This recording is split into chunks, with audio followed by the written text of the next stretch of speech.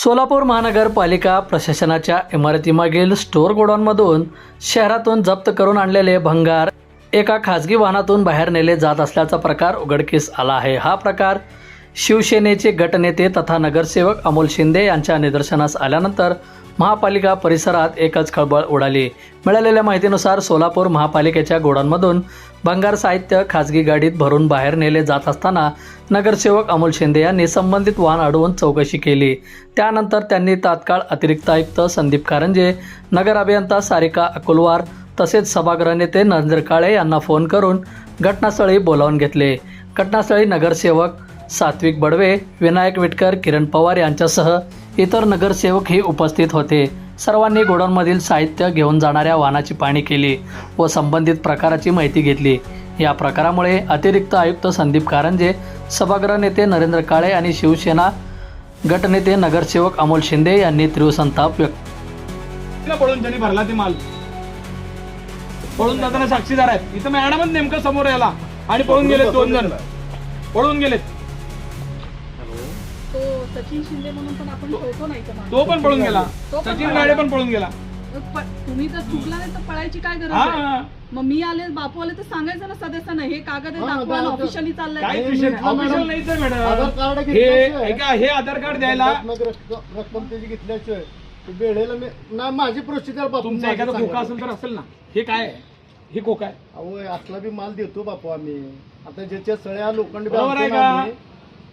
एखाद्या अतिरिक्त आयुक्त कारंजे साहेबांचा ज्यावेळेस फोन आला की स्टोअरमध्ये काही जण भंगार घेऊन जात आहेत, त्यावेळेस गटनेते अमोल बापू हे सुद्धा माझ्याशी फोनवर बोलले। त्यावेळेस असं लक्षात आलं की इथं आल्यानंतर असं लक्षात आलं की एक गाडी इथलं आपल्या जे स्टोअरमध्ये स्क्रॅप जमा होतं ते स्क्रॅप घेऊन जाताना ते आढळले।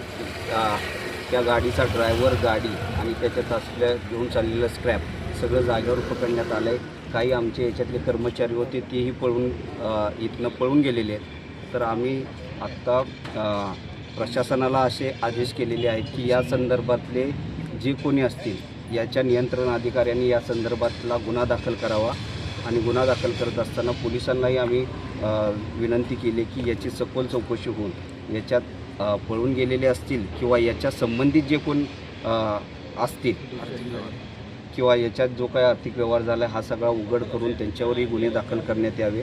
ही अतिशय गंभीर बाब आहे, कारण महापालिकेच्या स्टोअर रूममधनं गाड्या लावून जर अशा पद्धतीने स्क्रॅप चोरीला जात असेल तर ही गंभीर बाब आहे आणि निश्चितपणाने आम्ही प्रशासनाला त्या संदर्भातले आदेश दिलेत की याच्यात कुणाचीही गय केली जाऊ नये, सगळ्यांवर गुन्हे दाखल करण्यात यावे। CCTV कॅमेरे आहे का इकडे लावलेले? इथं CCTV कॅमेरे आहेत। या संदर्भातले CCTV कॅमेरे त्याच्यातले पण सगळे फुटेज घ्यायला सांगितलेत आणि माननीय सिटी इंजिनियर स्वतः येत असताना हे सगळेजण पळून गेलेले आहेत। त्यासुद्धा त्यांनी स्वतःही हे सगळे बघितलेले आहेत। त्याच्यामुळं आमच्या अधिकाऱ्यांनी असेल, आमच्या नगरसेवकांनी या सगळ्या गोष्टीच्या संदर्भात बघितलेलं असल्यामुळे यावर गंभीर गुन्हे दाखल करण्यासाठी आम्ही पोलीस विभागाला विनंती केली।